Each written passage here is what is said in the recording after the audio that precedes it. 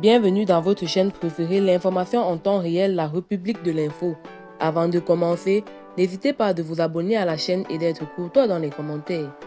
Les djihadistes du Sahel font allégeance au calife de l'État islamique. La communication des djihadistes montre une impressionnante facilité de mobilisation. Tué au combat en zone syro-irakienne, le calife de l'État islamique EI, Abu al-Hassan, a été remplacé par Abu al-Hussein. Selon un message audio du porte-parole de l'organisation djihadiste diffusé mercredi 30 novembre.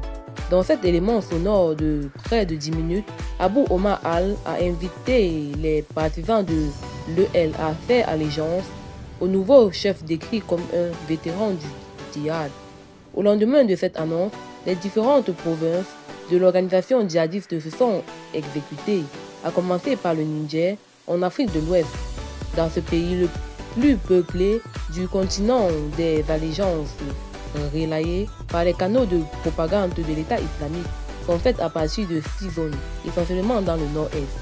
La branche sahélienne, érigée en province en mars dernier, a également mobilisé plusieurs dizaines de combattants armés pour la cérémonie d'allégeance dans le sud de Minaka, à la frontière entre le Mali et le Niger, mais aussi dans le Gourma malien. Le message de l'EL Sahel est clair.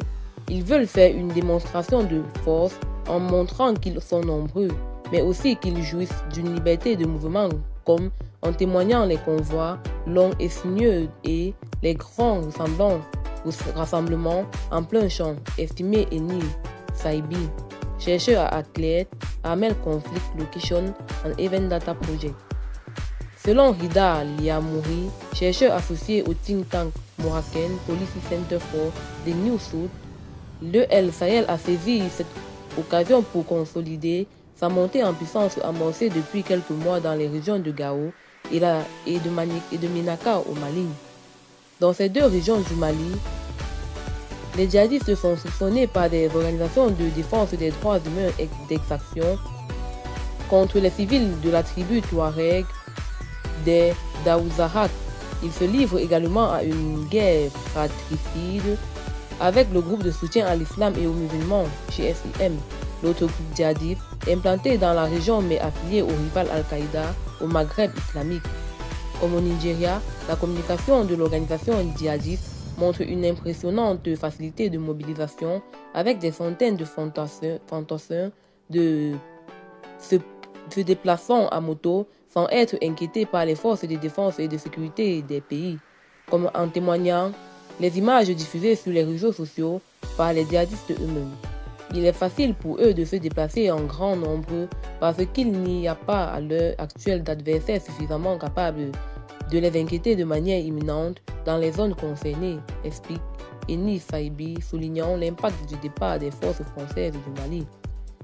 Dans le Liptako malien et le Gourma burkinabé et malien, les forces françaises sont parties et n'interviennent que du côté burkinabé dans des circonstances particulières, ajoute-t-il. Le président français a annoncé la fin officielle de Barkhane mercredi 9 novembre dans un contexte de crise diplomatique avec le Mali dirigé depuis mai 2021 par des militaires. Eh bien, c'est tout pour cette note d'information.